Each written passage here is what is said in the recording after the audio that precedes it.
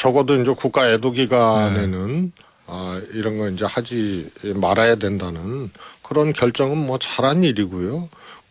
그런데 저는 어떻게 보면 이제 이 초침이 지금 막 움직이고 있다. 초침이 움직인다. 예, 가고 있다고 봅니다. 뭐냐면 이 애도 기간이 지나면 이 책임론에 대해서 얘기 안 할 수밖에 없는 상황이 온다. 김태현의 정치쇼. 정치권으로 가보죠. 여야는 이태원 참사 수습에 총력을 기울이겠다. 그리고 국가 애도 기간 내에는 정쟁을 자제하겠다. 이렇게 얘기했습니다. 뭐 실제로 현재까지는 그렇게 되고 있는 것 같고요. 하지만 원인 규명하고 이 부분에 대해서는 조금은 온도차가 보이는 것 같은데요. 더불어민주당에서 사선 의원을 지내셨던 최재성 전 청와대 정무수석 모시고 관련된 이야기 좀 나눠보겠습니다. 수석님 안녕하세요. 안녕하세요. 일단은 이 사고 안타까운 참사가 발생했는데 있어서는 안 될 사고죠. 이 사고 발생한 이유입니다. 이후에 윤석열 대통령하고 정부의 대응에 대해서는 어떻게 평가하고 계시나요? 우선 항상 이런 일이 발생을 하면 이제 수습에 이제 방점을 찍는 거 아니에요? 그래서 제일 처음에 해야 될 거는 수습이죠. 예. 그런 이제 방점을 찍고 움직인 것에 대해서는 뭐 신속하게 이렇게 대응을 좀 하고 있다는 평가고요. 다만 이제 이 사태 초기부터 이상민 장관의 발언이나 이런 것을 봤을 때 굉장히 납득하기 어려운 발언들을 해서 국민들 어떻게 보면 이제 분노를 조금 이렇게 촉발을 하는 경우들이 있거든요. 이런 점은 지적하지 않을 수 없고 그 다음에 이제 역시 사태에 대비하는 거나 사태가 발생 후에 수습하는 거나 그 다음에 대안을 마련하는 거나 컨트롤 타워가 있어야 되는 거예요. 현장에도 있어야 되고 재난 컨트롤 타워도 가동이 돼야 되는데 지금 브리핑 과정에서도 그렇고 전부 안 맞고 모르고 공유도 안 되고 있다는 그런 장면들이 많이 나오거든요. 예를 들어서 경찰 200명 투입에 대해서 경찰은 처음 듣는 얘기라 그러고 뭐 이런 등등이 지금도 일종의 이제 컨트롤 타워 대응 시스템 자체가 여전히 부실한 것 아니냐. 이제 그런 이제 걱정을 할 수밖에 없는 과정이죠. 지금 총리가 컨트롤 타워 아닙니까? 형식적으로. 아니 그런데 컨트롤 타워라는 거는 뭡니까? 일단 상황을 잘 체크하고 수집하고 그 다음에 지침이나 방식에 대해서 잘 전파를 해서 이 재난 대응과 관련된 부서라든가 파트들이 신속하고 그 다음에 이제 일목요연한 공동의 대응을 해야 되는데 지금 다 말들이 안 맞잖아요. 그 다음에 오세훈 시장이 뭐 서울시 전역을 재난구역으로 선포하겠다라고 얘기하니까 행안부에선 처음 듣는 얘기라 그러고 200명 투입에 대해서도 말씀을 하셨지만 거짓말했잖아요. 약간 혼선은 있다. 이런. 근데 경찰 스스로가 여기서 처음 듣는 얘기라고 그 공개된 브리핑 현장에서 질의에 답변을 하고 그래서 이런 것들이 지금 뭔가 이게 컨트롤 타워들이 제대로 작동을 하지 않고 있는 거다. 그 윤석열 대통령한테로 좀 좁혀서 우리 얘기를 해보면 그 토요일 날 밤 10시부터 새벽 1시 사이에 참사가 집중적으로 일어났고 2시에 다시 출근했다고 하죠. 그러니까 일요일 새벽입니다. 시간상으로 하면 일요일 새벽에 그 재난본부로 출근을 해서 상황 보고 받고 지시하고 그 다음날 아침에 대국민 담화 발표하고 특별재난지역 선포하고 현장 찾고 하는 그 흐름들, 윤석열 대통령의 사고 발생했던 당일하고 그 다음날 있었던 대응에 대해서는 어떻게 평가하십니까? 저는 대통령으로서 이런 정도의 정말 참사에 그렇게 대응하신 거는 잘했고 다행스러운 일이라고 생각을 합니다. 그런데 어떻게 보면 당연한 일이거든요. 그래서 이런 것 자체를 평가해야 되느냐 이런 것 자체가 지금 윤석열 정부 출범하고 이 오늘 이전까지 상황하고 다른 모습이었기 때문에 그런 거거든요. 네. 지난번에 이제 역대급 폭우로 서울시가 난리가 났을 때 그때 대통령이 폰트럴 타워라는 얘기를 할 정도로 댁에서 안 나오시고 예. 뭐 이런 과정들이 당연히 해야 될 이번 대통령으로서의 모습 대응에 조금 이례적으로 비춰지는 거죠. 하지만 신속하게 그렇게 하신 거는 그거는 잘한 일이다라고 봅니다. 알겠습니다. 사실은 이런 참사가 발생하면 참사 초기에 국민 입장에서 제일 보기 싫은 장면이 일단 야당에서 묻지도 말고 따지지도 말고 정부 잘못이고 무조건 정부 책임이죠. 그리고 거기서 여당은 우리가 뭘 잘못했는데 이게 항상 반복이 되었거든요. 모든 사건 사고가 발생하면. 근데 이번에는 그런 모습이 그래도 현재까지는 조금 줄어드는 것 같아서 아마 그 부분은 저는 조금 그걸 뭐라고 표현해야 되나. 그래 정쟁이 좀 그나마 좀 없어진 거를 좀 예전과 달라진 모습이다라고 판단하는데 야당에서 물론 뭐 지금 뭐 최고위원 회의 보면은 최고위원 개인적으로는 정부의 책임론을 제기하는 분들도 있긴 하지만 이재명 당대표나 전반적인 당의 공식 입장은 아직까지는 정부 책임론이라든지 그런 부분에 대해서는 정쟁을 하지 않는다라는 거잖아요. 예전과는 조금 달라진 모습인 것 같은데 그건 왜 그런 건가? 그렇습니다. 그리고 적어도 이제 국가 애도 기간에는 이런 거 이제 하지 말아야 된다는 그런 결정은 뭐 잘한 일이고요. 그런데 저는 어떻게 보면 이제 이 초침이 지금 막 움직이고 있다. 초침이 움직인다. 예, 가고 있다고 봅니다. 뭐냐면 이 애도 기간이 지나면 네.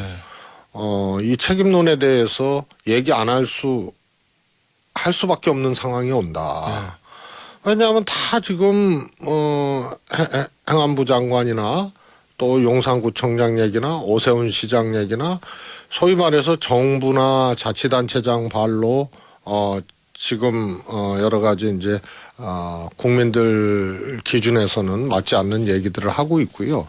특히 지금 이 정부가 전 과거 사례를 막 갖다가 지금 끌어들여요. 근데 제가 듣기로는 민주당 의원들이 자료 요청을 해도 현재 이제 경찰이나 이런 데서 안 주고 있다는 거거든요. 그러니까 그 전보다 경찰 투입 많이 했다.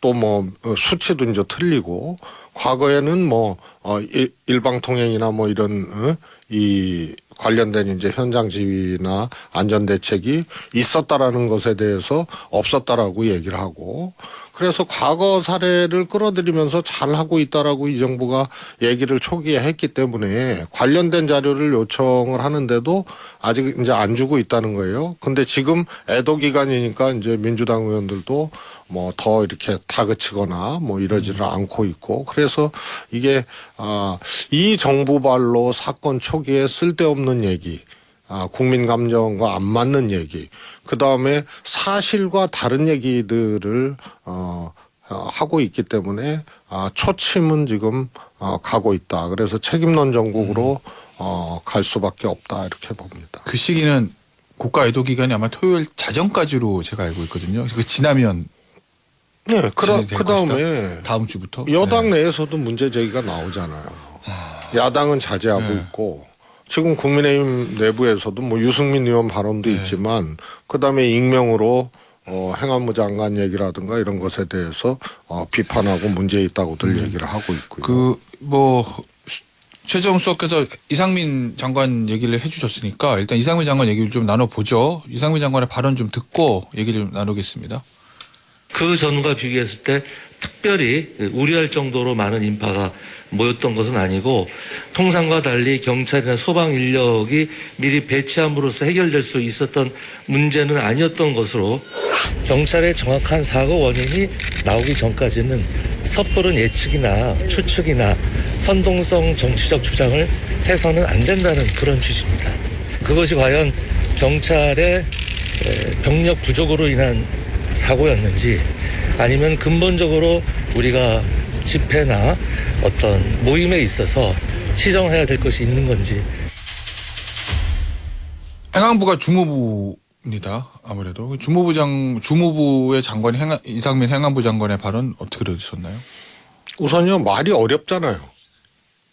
해명하는 말이 네. 처음에 했던 말은 간명하거든요. 다른데 시위 현장에 병력 많이 가느라고 여기 배치 못했다. 네. 이런 말하고 소방 인력과 경찰 인력을 배치했더라도 이거 막을 수 있는 일이었는지 모르겠다.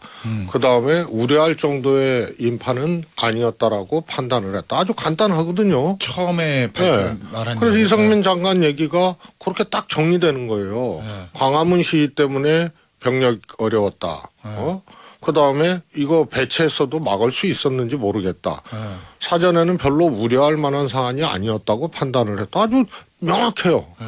그래갖고 이거에 대해서 문제 제기가 일어나고 뭐 여당 내에서도 이거 부적절했다고 하고 하니까 해명하는 얘기가 복잡하잖아요. 이거 정치적으로 선동하지 말라고 한 얘기다. 어떻게 이게 연관이 있고 행안부 장관이 주무장관으로서 이런 대형 참사가 터지고 이 수습과 그다음에 이제 뭐 진상규명 등등의 일이 이제 이 아주 중대하게 주무장관에게 놓여져 있는데 무슨 뭐 선동을 걱정해서 이런 얘기를 했다고 갖다 붙이고 그러니까 해명하는 말이 안 맞아요.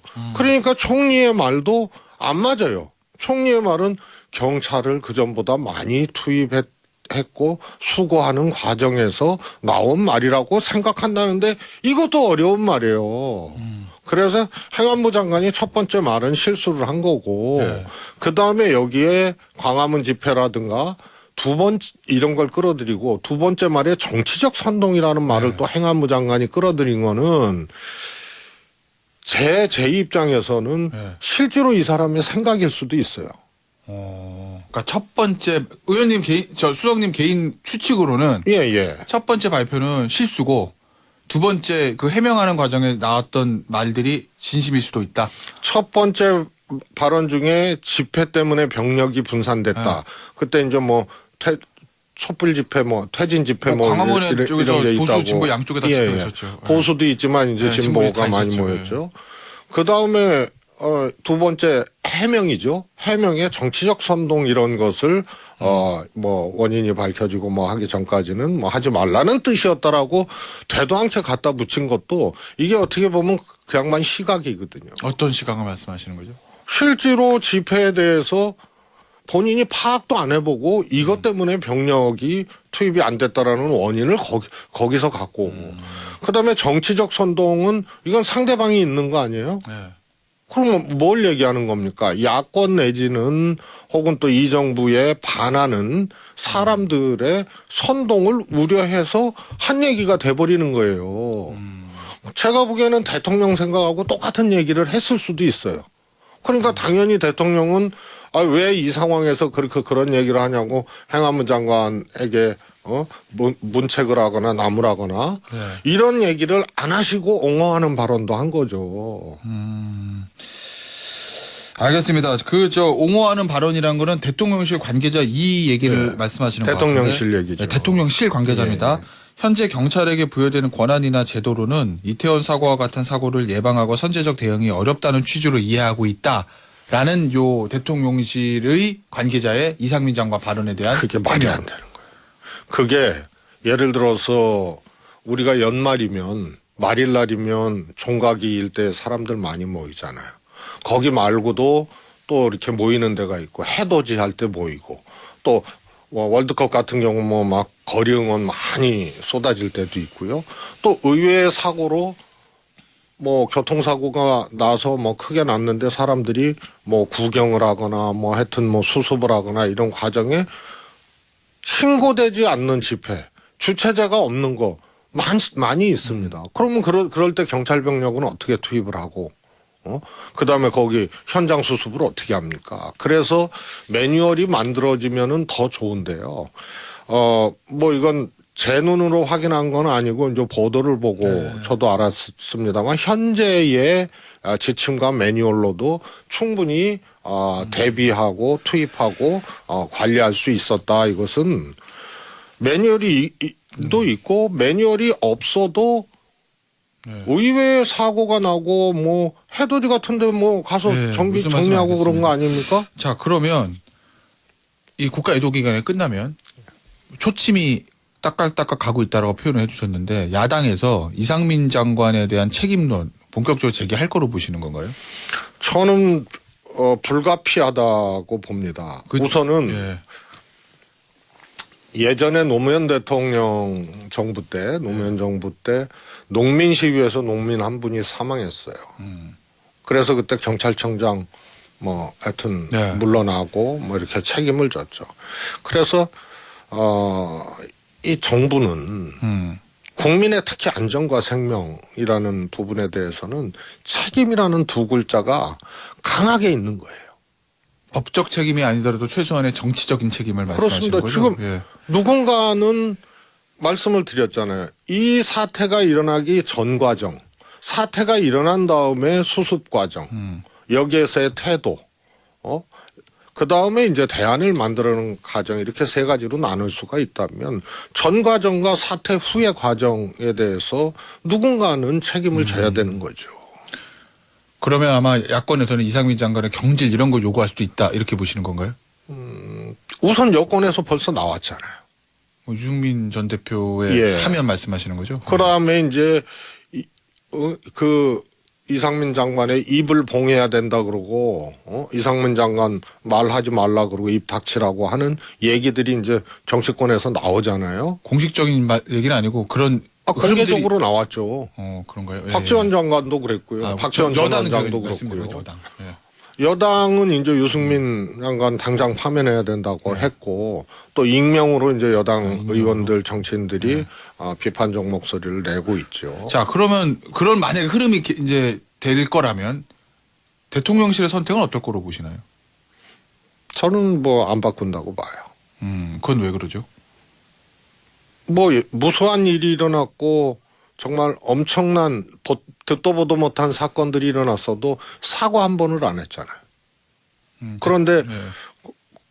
국무위원을 자신이 임명한 국무위원을 바꿔요? 안 바꾸죠. 알겠습니다. 자, 요거는 아마 다음 주에 저 수석님 화요일에 나오시면 다시 한번 저 야권의 공세가 시작이 되면 그때 한번 좀 짚어보도록 하겠고요. 야당 쪽에서도 좀 구설이 올라온 일들이 좀 있습니다. 박홍구 원내대표가 술 마시지 말고 행사하지 말고 또 거기다가 개인 SNS도 자제하고 또 정치적 구호 있는 현수막 철거하고 그러니까 예전에 야당 지도부와는 좀 다른 모습을 저는 보여준 거라 평가는 하는데 그런데 이 와중에서 서영석 의원이 당원 행사에서 족구하고 뭐 술 마시고 이런 일들이 있었습니다. 이런 건 왜 이런 일이 벌어지는 걸까요? 그 사람마다 자기 이제 의식적 기준이 있거든요. 예. 그래서 이게 뭐 가무를 하고 예. 또 뭐 어디 놀러 가고 뭐 이런 술집 가서 뭐 예. 예. 막 음악 틀어놓고 뭐 흔들흔들대고 이런 거 아니라고 생각을 했으니까 위원장이 간 거죠. 이 정도는 해도 된다. 본인의 기준선을. 예. 아니 그런 게 이제 행사는 미리 잡혀 있었을 네. 테고 네. 그다음에 뭐 개인적으로 어디 놀러 간 거는 아니고 당협 행사고 예. 그러니까 가야 되는데 가무 안 하면 되지 않느냐 뭐 이런 생각 정도를 하고 있었죠. 이제 조심한 흔적들은 있어요. 그런데 이게 사진이 올라왔단 말이죠. 술병 있는 사진. 누군가가 올린 거란 말이죠. 그러니까 여기도 마찬가지로 위원장으로서 자기 지역위원회 행사를 하더라도 위원장으로서의 기준과 또 당원들에 대한 조치가 있어야 되는데 그 위원장으로서의 역할을 오히려 안 한 거예요. 그리고 그 행사에 그냥 본인이 끌려간 거죠. 어쩔 수 없이. 하긴 해야 되는데. 그래서 자신만의 기준과 경계선을 가지고 그냥 이렇게 해버리다가 바람직하지 못한 일이 돼버린 거죠. 기준선을 국민 눈높이에 맞춰야 되는데요. 저는 오히려 거꾸로 위원장으로서 이 행사를 취소하든가 혹은 위원장은 못 가니까 당원들께서 지나치게 가무하고 음주하지 말고 행사 잘해라. 이렇게 이제 자기 기준과 지침이 있어야 되는 거예요. 알겠습니다. 정부와 똑같이. 알겠습니다. 오늘 여기서 마무리하도록 할게요. 지금까지 최재성 전 청와대 정무수석이었습니다. 감사합니다. 감사합니다.